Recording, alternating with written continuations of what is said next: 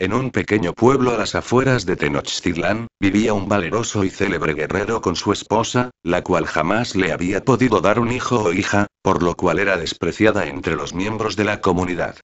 Según la tradición, una mujer infértil debía ser expulsada de la sociedad para evitar que su presencia trajese el infortunio general. Pero el guerrero era compasivo y amaba a su esposa, además de que no perdía las esperanzas de tener descendencia con ella, razón por la cual había evitado que la comunidad exiliase a su mujer.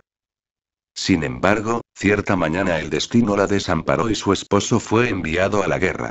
Mas, para colmo de males, poco después de que él se marchó, ella se dio cuenta de que estaba por fin embarazada. Entonces corrió, intentando alcanzar a su marido para darle la buena nueva. Pero no pudo alcanzarlo, pues una turba de enfurecidas mujeres la apedreó para cumplir con el absurdo rigor de la tradición, matando así al bebé que había en su vientre. No obstante, tras ser apedreada la mujer rogó a los dioses que la ayudaran en su venganza, y los dioses la escucharon y le concedieron el poder de arrancarse la piel para aterrorizar a aquellas mujeres y después matar a sus hijos. Ella podía quitarse la piel, ir a matar y luego volver a su apariencia normal, evitando de ese modo las sospechas. Logró así acabar con muchas de las mujeres que la apedrearon en las 7 noches de terror que hizo vivir al pueblo antes de que su marido volviese de la guerra. Cuando su esposo volvió, ella intentó quitarse la piel y salir a matar a las víctimas pendientes sin que él se despierte, sin que se dé cuenta, pero él se hizo el dormido y después la siguió, quedando espantado al ver el oscuro poder de su esposa y lo que ésta hacía con ese poder. Él sabía que esas mujeres habían obrado mal, pero las acciones de su esposa le parecían desmesuradas, de modo que volvió rápidamente y le lanzó sal a la piel de su esposa para que jamás pudiese volver a colocársela. Al regresar de su cacería, la mujer del guerrero se puso la piel, pero la sal le causó tal dolor que ella terminó muriendo retorciéndose de agonía. Había nacido la descarnada. Nunca más la volvieron a ver, pero desde su muerte fueron frecuentes las historias que hablaban de aterradores alaridos y lamentos que se oían cuando una mujer daba a luz, aunque esos alaridos y lamentos no provenían de la reciente madre sino del espíritu de la descarnada, envidiosa de aquellas mujeres capaces de traer el hijo o la hija que ella nunca pudo.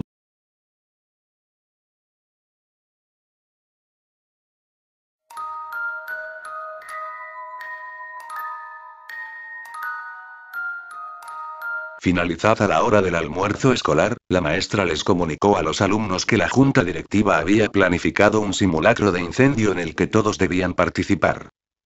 Poco después sonó la alarma y los alumnos salieron para reunirse en el patio. Era un día caluroso, con el cielo despejado y un sol que hacía arder la piel, llenando las frentes de los estudiantes con pequeñas gotas de sudor. La maestra comenzó a leer la lista de nombres. Todos alzaban la mano y decían presente de forma mecánica, consumidos por el aburrimiento. Sin embargo, una chica de un grupo de 5 amigas se fijó en el hecho de que Carmen, una compañera de clase, estaba de pie junto a la alcantarilla, a la que le faltaba la tapa desde hacía semanas, y aún faltaba bastante para que la maestra leyera su nombre. Sus ojos brillaron.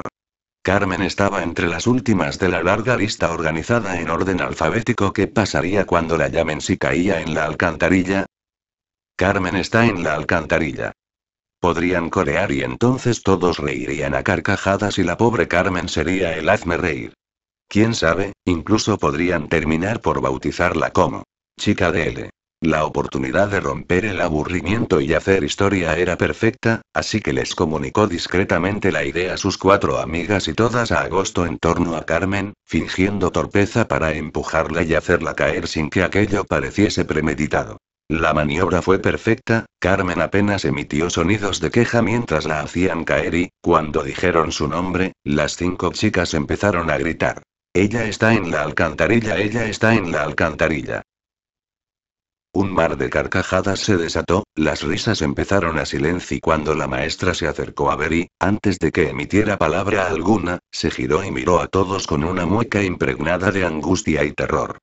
La situación no inspiraba risa alguna. Carmen había caído de cabeza en el hueco y al aterrizar su cabeza se había torcido hacia un lado en una posición totalmente imposible, su cara casi sin piel después de haberse raspado contra las paredes de la alcantarilla en la caída y una mueca espantosa como si hubiera tratado de gritar y no hubiese tenido el tiempo suficiente.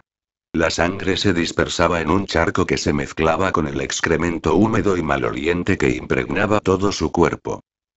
Las 5 chicas se acercaron a ver. Una lágrima asomó tímidamente en la mejilla de la autora de la broma mientras sus ojos atónitos contemplaban como una gorda cucaracha yacía sobre lo que alguna vez fue el rostro de Carmen, moviendo sus antenas como para ver si todo estaba bien. Pero nada estaba bien, y ella y cada una de sus amigas se sintieron como uno de esos repulsivos insectos cuando la policía vino y determinó que Carmen tenía el cuello roto y estaba muerta. Según dijeron, al caer Carmen se golpeó con las escaleras metálicas, de tal forma que perdió la cara y después se rompió el cuello al estrellarse contra el cemento. Minutos después se llevaron el cadáver de Carmen, acompañado por una procesión de moscas cuyos zumbidos eran casi el único ruido en medio del fúnebre silencio. Ese día hubo un interrogatorio después de clases. Todos debían ir. En el interrogatorio las 5 chicas dijeron que fue un accidente y que ellas fueron testigos. La policía les creyó y el caso de Carmen Winstead se cerró, pero algo aún más siniestro había comenzado. Meses después, compañeros de clase de la fallecida Carmen empezaron a recibir correos electrónicos que se titulaban "La empujaron" y afirmaban que a Carmen la habían empujado, que su muerte no era un accidente. También, los correos decían que los culpables debían asumir la responsabilidad del crimen, pues de lo contrario habría terribles consecuencias. La mayoría pensó que los correos eran una farsa elaborada por alguien que quería divertirse causando temor, pero otros no estaban tan seguros. Transcurridos unos pocos días tras la cadena de correos, la chica que ideó el plan para ridiculizar a Carmen estaba bañándose cuando de pronto oyó una extraña risa. Cerró el grifo para oír mejor. La risa parecía venir del interior de la ducha. ¿Acaso se estaba volviendo loca? Aterrada, se secó rápidamente, se vistió, se despidió de su madre nerviosamente y se fue a dormir más temprano que de costumbre. 5 horas después su madre se despertó al oír un portazo en la puerta de entrada. Su hija no estaba en la habitación ni en lugar alguno de la casa. Llamó a la policía, pero los agentes poco podían hacer al respecto, ya que no se podía interponer una denuncia en personas desaparecidas hasta que transcurrieran 48 horas, aún así prometieron a la desconsolada madre patrullar las calles cercanas para buscar a su hija. La búsqueda de familiares y amigos tampoco tuvo éxito y la chica no apareció aquella noche. La mañana siguiente, mientras el conserje del colegio limpiaba las hojas secas del patio, se encontró que la tapa de la alcantarilla que habían vuelto a colocar después de producirse la trágica muerte de Carmen había sido levantada y apartada a un lado. Al asomarse descubrió algo realmente escalofriante. Parece que la chica desaparecida la había retirado antes de lanzarse de cabeza por el conducto y se encontraba en el fondo con el cuello roto y la cara destruida, borrada por los golpes que se había dado al caer y golpearse con las escaleras metálicas de las cloacas. Una muerte idéntica a la que sufrió Carmen. El mismo destino les esperaba a las otras 4 culpables de la muerte de Carmen. Tras la muerte de las 2 primeras, un equipo del ayuntamiento soldó la alcantarilla para que nadie más pudiera abrirla. Sin embargo, eso no pareció impedir a la tercera víctima arrancarla del suelo, algo que requería una fuerza sobrehumana. Por supuesto, esa fue la gota que colmó el vaso y se decidió colocar vigilancia a las 24 horas del día en ese peligroso punto de encuentro para suicidas. Las 2 víctimas restantes murieron de la misma forma, pero el espíritu de Carmen en esta ocasión las guió hasta alcantarillas cercanas a sus domicilios. La vigilancia podría frustrar sus planes. Una por una cayeron en las alcantarillas, perdiendo el rostro y rompiéndose el cuello. Todas se habían quedado dormidas antes de su trágica muerte. En ese momento, cuando se encontraban más vulnerables, Carmen aprovechaba para poseer sus cuerpos y guiarlas como si se tratara de un caso de sonambulismo hacia una muerte tan cruel como la que ella había sufrido. Un destino cruel porque podían sentir todo lo que ocurría pero no tenían control sobre su cuerpo. Pero la cadena de muertes no se detuvo ahí, ya que posteriormente otros compañeros de clase de Carmen también fueron encontrados muertos en distintas alcantarillas, con el cuello roto y el rostro anulado.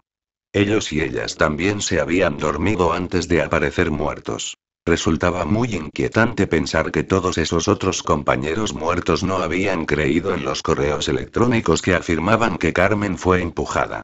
¿Acaso el espíritu de Carmen se estaba vengando? ¿Podría eso explicar muertes tan extrañas en las que no se entendía cómo diablos los cuerpos habían ido a parar a la alcantarilla sin que nadie advirtiese con claridad el rumbo que las víctimas tomaban antes de ser asesinadas? El espíritu de Carmen Winstead andaba suelto y, quien no creyese que ella fue empujada, corría el riesgo de ser castigado con una muerte semejante a la de Carmen, muerte que caería sobre él o ella durante las horas de sueño, con un sigilo que solo se rompería al caer por la alcantarilla.